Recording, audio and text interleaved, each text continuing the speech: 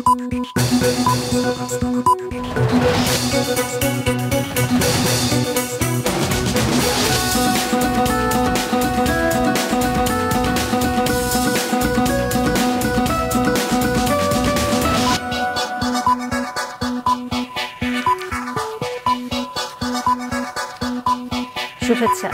সবাইকে স্বাগত রাতের মাছরাঙা সংবাদে। আপনাদের সঙ্গে আছি কাজী রওশনারা সাকিব। শুরুতে গার্ডিয়ান লাইফ ইন্স্যুরেন্স সংবাদ শিরোনাম। 2 দফা সময় বাড়ানোর পরও এজেন্সিগুলোর অবহেলার কারণে 17,000 হজ যাত্রীর ভিসা হয়নি। এর মধ্যে 18টি এজেন্সি তাদের 5,000 যাত্রীর কারোর ভিসা কার্যক্রম শুরুই করেনি। বরাবরের মতোই কঠোর ব্যবস্থা নেওয়ার কথা জানিয়ে আবারও সময় বাড়াতে সৌদি সরকারের কাছে আবেদন করেছে ধর্ম মন্ত্রণালয়। আত্মসমালোচনার মাধ্যমে দেশের উন্নয়নে নতুন কৌশল নেওয়ার আহ্বান জানিয়েছেন প্রধানমন্ত্রী শেখ হাসিনা। সকালে রাজধানীর রমনায় আইইবির 61তম সম্মেলন উদ্বোধন করেন তিনি। বক্তব্যে পরিবেশ বান্ধব, সাশ্রয়ী ও টেকসই প্রকল্প নিতে প্রকৌশলীদের প্রতি আহ্বান জানান তিনি। রাজধানীর মোহাম্মদপুর এবং নয়াপল্টনে আজ আলাদা সমাবেশ করেছে আওয়ামী লীগ ও যুবদল। এতে 2 দলের কেন্দ্রীয় নেতারা পরস্পরের সমালোচনা করেন। বিএনপি মহাসচিব মির্জা ফখরুলের অভিযোগ, অদৃশ্য শক্তি দেশ চালাচ্ছে। আর আওয়ামী লীগের সাধারণ সম্পাদক বলেছেন, ভারতের সাথে শত্রুতা করে অনেক ক্ষতি করেছে বিএনপি। শুনছিলেন শিরোনাম, এবারে বিস্তারিত সংবাদ। 2 দফা সময় বাড়ানোর পরও 17,000 হজ যাত্রীর ভিসা এখনো হয়নি। এর মধ্যে 18টি এজেন্সি তাদের 5,000 যাত্রীর কারোরই ভিসার কার্যক্রমই শুরু করেনি। অনিয়মকারীদের বিরুদ্ধে কঠোর ব্যবস্থা নেওয়ার পাশাপাশি সবার যাত্রা নিশ্চিতে ভিসা দেওয়ার সময় আবারও বাড়াতে সৌদি সরকারের কাছে আবেদন করেছে ধর্ম মন্ত্রণালয়। শুরুর দিকে যারা হজে যাচ্ছেন তারা ভোগান্তি ছাড়া অনেকটা নির্বিঘ্নেই যাচ্ছেন, তবে সমস্যা তৈরি হয়েছে পরে যারা যাবেন তাদের নিয়ে। কারণ 2 দফা সময় বাড়ানোর পরও আজ আবেদনের শেষ দিন। হজ এজেন্সিগুলো তাদের প্রায় 79,000 হজযাত্রীর মধ্যে অন্তত 17,000 হজযাত্রীর ভিসা করেনি। এর মধ্যে 18টি এজেন্সি তাদের 5,000 হজযাত্রীর বাড়ি ভাড়া থেকে শুরু করে ভিসার কার্যক্রমই শুরু করেনি। সবার যাত্রা নিশ্চিতে প্রয়োজনীয় পদক্ষেপ নেওয়া হচ্ছে বলে জানিয়েছেন সংশ্লিষ্টরা। পত্রের মাধ্যমে আমরা রিকোয়েস্ট করেছি যে ভিসাগুলো এখনো বাকি আছে, একটু সময় দিলে আমরা হয়তো সেটা আমরা সম্পন্ন করতে সক্ষম। এজেন্সির যদি কোনো গাফলতি থাকে, সংশ্লিষ্ট এজেন্সি কিন্তু সত্যিকার অর্থে লাইসেন্স বাতিল সহ যে কোনো আমরা কঠিন অ্যাকশন নিতে বাধ্য থাকব। 17-18 হাজার বাকি আছে, তাদেরকে গাফিলতি করার সুযোগ দেওয়া হবে না।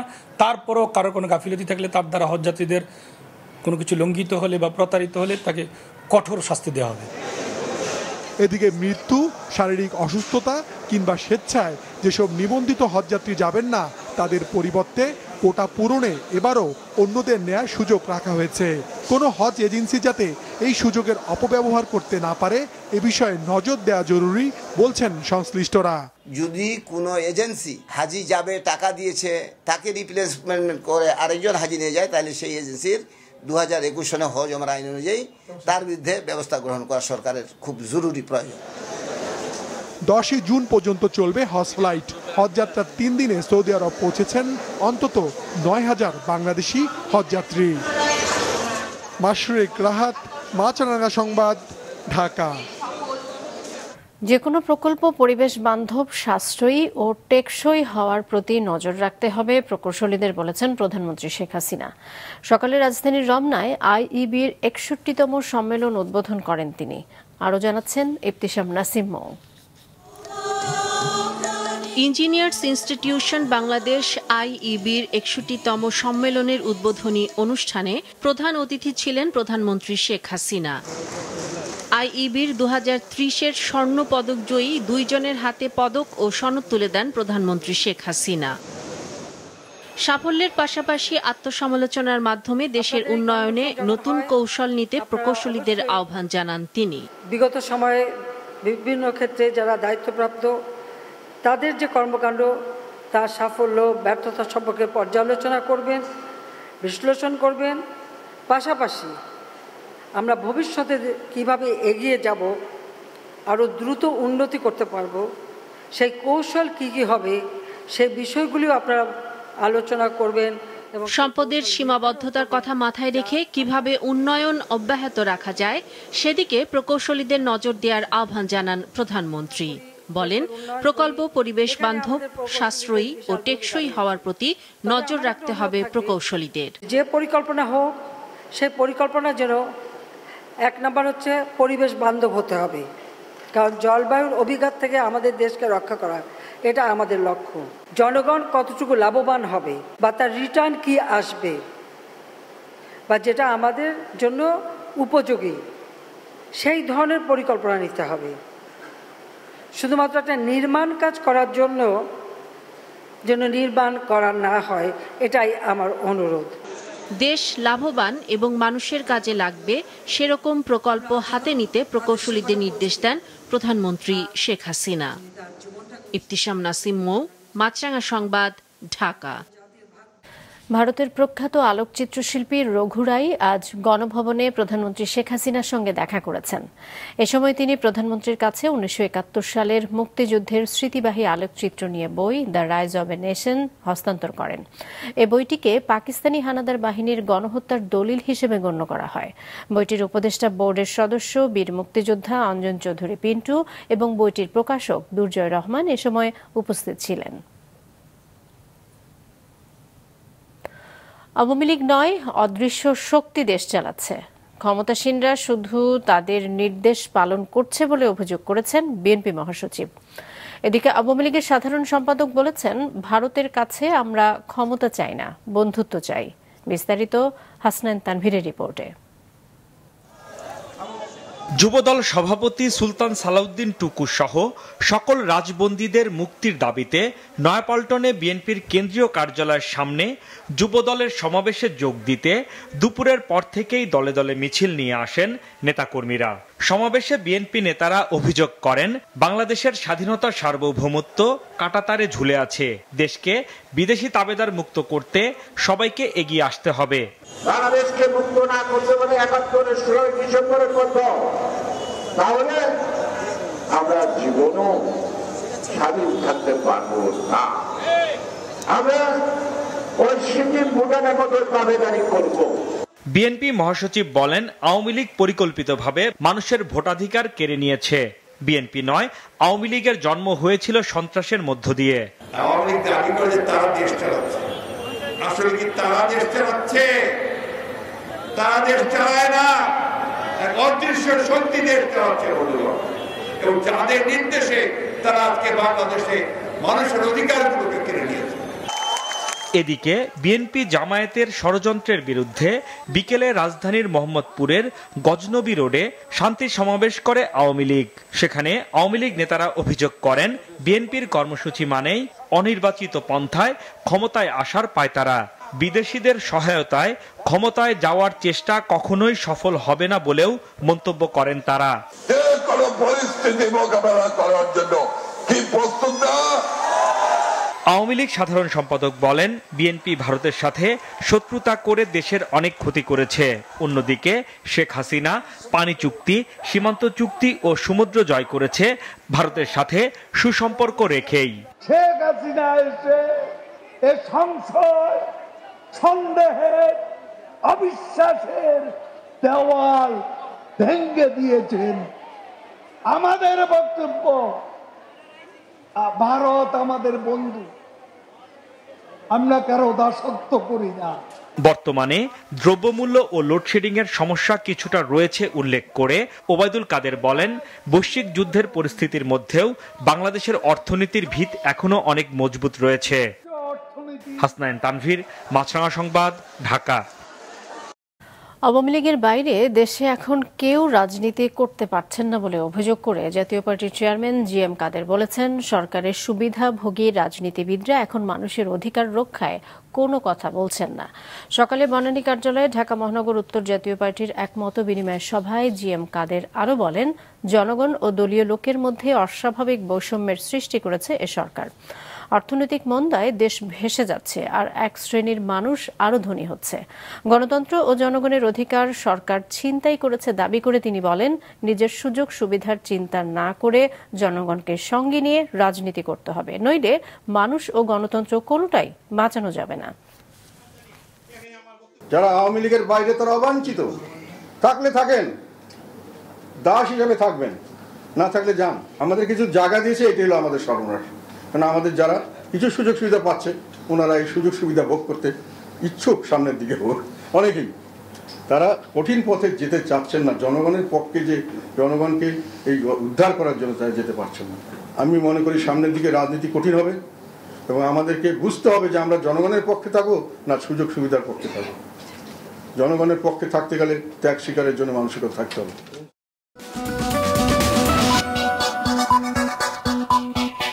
আমন্ত্রণ রাতের মাছরাঙা সংবাদে। বাংলাদেশের কমিউনিস্ট পার্টি সিপিবির উপদেষ্টা ও মুক্তিযুদ্ধের অন্যতম সংগঠক হায়দার আকবর খান রনও মারা গেছেন। গত রাত 2টার দিকে রাজধানীর একটি হাসপাতালে মারা যান তিনি। তার বয়স হয়েছিল 82 বছর। সিপিবি জানিয়েছে, আগামী সোমবার হায়দার আকবর খান রনর দাফন ও জানাজা হবে। ওই দিন সকাল 10টা থেকে বেলা 11টা পর্যন্ত তার মরদেহ সিপিবি কার্যালয়ে রাখা হবে। এরপর তার মরদেহ নিয়ে যাওয়া হবে কেন্দ্রীয় শহীদ মিনারে। সেখানে দুপুর 12টা থেকে 1টা পর্যন্ত সর্বস্তরের মানুষের শ্রদ্ধা জানানোর আয়োজন করা হয়েছে। দুপুর 1টার পর ঢাকা বিশ্ববিদ্যালয় মসজিদে জানাজার পর বনানী কবরস্থানে মা বাবার কবরের পাশে তাকে দাফন করা হবে। এর আগে আজ ও কাল তার মরদেহ হিমঘরে রাখা হবে। চিরচেনার রূপ হারিয়ে অস্তিত্ব সংকটে ব্রাহ্মণবাড়িয়ার একসময়ের খরস্রোতা তিতাস নদী। কয়েক দশকের দখল, দূষণ আর নাব্য সংকটে নদীটি এখন মৃতপ্রায়। ব্রাহ্মণবাড়িয়া প্রতিনিধি আশেক মান্নান হিমেলের পাঠানো তথ্য ছবিতে ডেস্ক রিপোর্ট। তিতাস নদীকে ঘিরে অদ্বৈত মল্লবর্মণের লেখা বিখ্যাত উপন্যাস তিতাস একটি নদীর নাম। সেই নদী হারাতে বসেছে এর রূপ যৌবন। ভূমিদস্যুরা থাবা বসিয়েছে নদীর বুকে, আর পানি দূষিত করছে কলকারখানার বর্জ্য। নদীর জায়গা দখল করে গড়ে উঠেছে বহুতল ভবনসহ অনেক স্থাপনা। মেড্ডা শ্মশানঘাট, পাইকপাড়া, আনন্দবাজার, কালাগাজীর মাঝার ও গোকর্ণঘাট সহ 130 কিলোমিটার দীর্ঘ এই নদীর বিভিন্ন অংশে দেখা যায় এমন দখলের চিত্র। এ কারণে তিতাসের বিশালতা আর নেই। দখল দূষণে নদীটি এখন অস্তিত্ব সংকটে। আস্তে আস্তে আমাদের নদীটা ধ্বংস হয়ে যাবে, আর নদী ধ্বংস হয়ে গেলে কিন্তু আমাদের দেশ ধ্বংস হয়ে যাবে, আমাদের জাতির সবকিছুই ধ্বংস হয়ে যাবে। নদী কমিশনের তথ্য অনুযায়ী শতাধিক অবৈধ দখলদার তিতাস নদীকে গিলে খেয়েছে নানাভাবে। এতে করে নদীর বিভিন্ন অংশ ভরাট হয়ে সংকুচিত হয়ে আসছে। সেই সাথে নাব্য না থাকায় নৌ রুটে ব্যাহত হচ্ছে স্বাভাবিক নৌ চলাচল। নৌপথ সংকুচিত হয়ে আসছে, তো সব মিলিয়ে তিতাস আজ খুব সংকটের মুখে। যারা নদী রক্ষার দায়িত্বে থাকবে, তাদের নদী রক্ষা নীতি অনুসরণ না করে তারা যেন কোনো এক স্বার্থান্বেষী মহলের স্বার্থ রক্ষা করছে। দখলদারদের তালিকা হলেও উচ্ছেদের সংশ্লিষ্টদের জোরালো উদ্যোগ নেই বলে অভিযোগ বিভিন্ন পরিবেশবাদী সংগঠনের।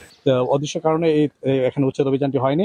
আমাদের দাবি থাকবে যে অচিরে যেন এই উচ্ছেদ অভিযানটি পরিচালনা করা হয়। আর পৌরসভার যে যত বর্জ্য আছে তা কিন্তু সরাসরি আমাদের তিতাস নদীতে চলে আসছে। তো আমাদের দাবি থাকবে যারা দায়িত্বে আছে তারা যেন দায়িত্বটুকু সঠিকভাবে পালন করে।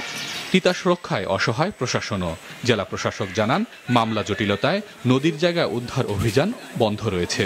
মামলা নিষ্পত্তি হলেই চালানো হবে জোরালো অভিযান।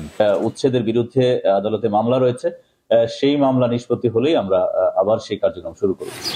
নদীর নাব্য রক্ষায় খনন প্রকল্প নেওয়া হলেও এর কাজ পুরো শেষ হয়নি। রয়েছে অনিয়ম ও দুর্নীতির অভিযোগও। তিতাসের গভীরতা ধরে রাখতে ধারাবাহিক খনন প্রক্রিয়া প্রয়োজন বলে জানায় পানি উন্নয়ন বোর্ড। তিতাস এখন বর্তমানে কোনো কার্যক্রম নেই।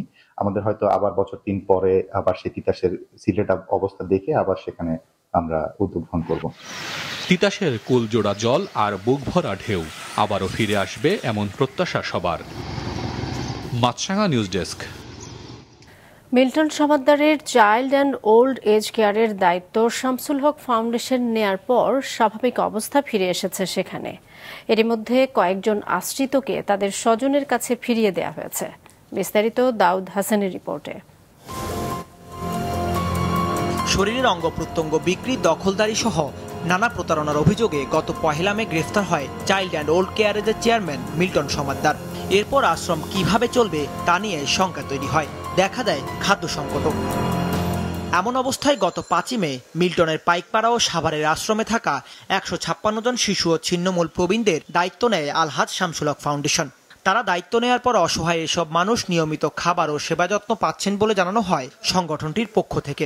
গত 5 তারিখে আমরা এখানে আসি এবং এসে আলহামদুলিল্লাহ ওদের দৈনন্দিন যে বাজার সাজার যেগুলো খাওয়ার দাওয়ার শর্টেজ ছিল ওগুলো আমরা কিনে দিয়েছি। বাচ্চাদের দুধ, প্যাম্পার্স, ডিম টিম যেগুলো দরকার ছিল ওগুলো আমরা কিনে দিয়েছি। পরবর্তী দিন দেখলাম ইলেকট্রিকের মিটারের বিদ্যুৎ নাই, গ্যাস নাই, তো এগুলো আবার ইলেকট্রিক মিটার বিদ্যুৎ এবং যে সমস্ত গ্যাসগুলো রয়েছে ওগুলো আমরা দিয়ে দিয়েছি। খাওয়ানোর মালিক আমরা না, খাওয়ানোর মালিক হচ্ছে আল্লাহ। এই মানুষগুলোকে আল্লাহ তাআলা এতদিন খাওয়াইছেন, বাকি জীবনটা ওদেরকে আল্লাহ তাআলা কিন্তু ক্ষুধার্ত রাখবেন না ইনশাআল্লাহ।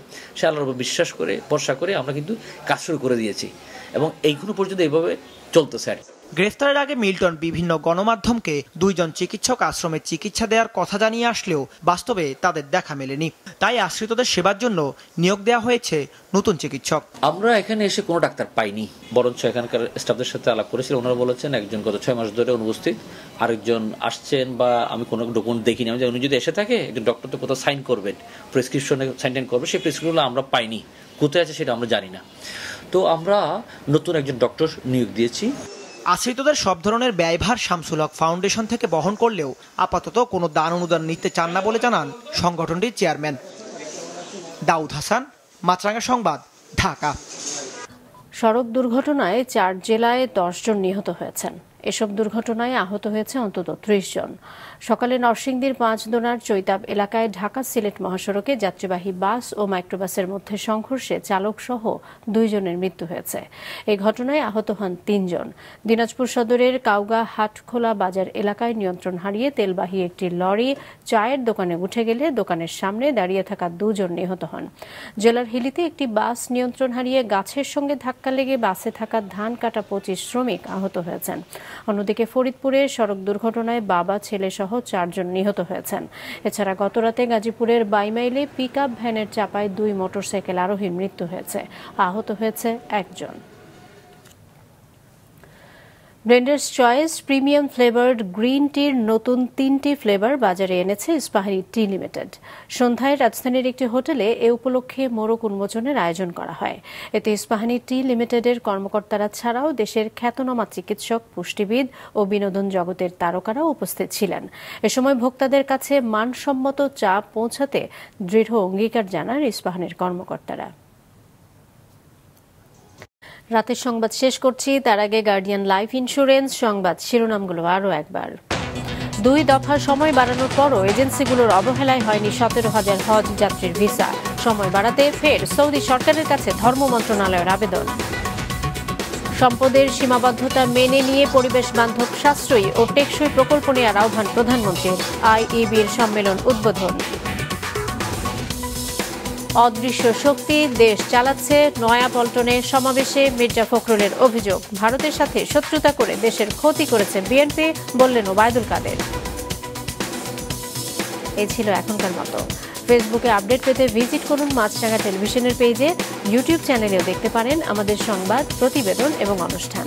দর্শক, রাস্তার ধুলো ও ধোঁয়া ফুসফুসের ক্ষতির কারণ হতে পারে, তাই জীবাণু ও ফুসফুসের সংক্রমণ থেকে সুরক্ষিত থাকতে ব্যবহার করুন ফেস মাস্ক।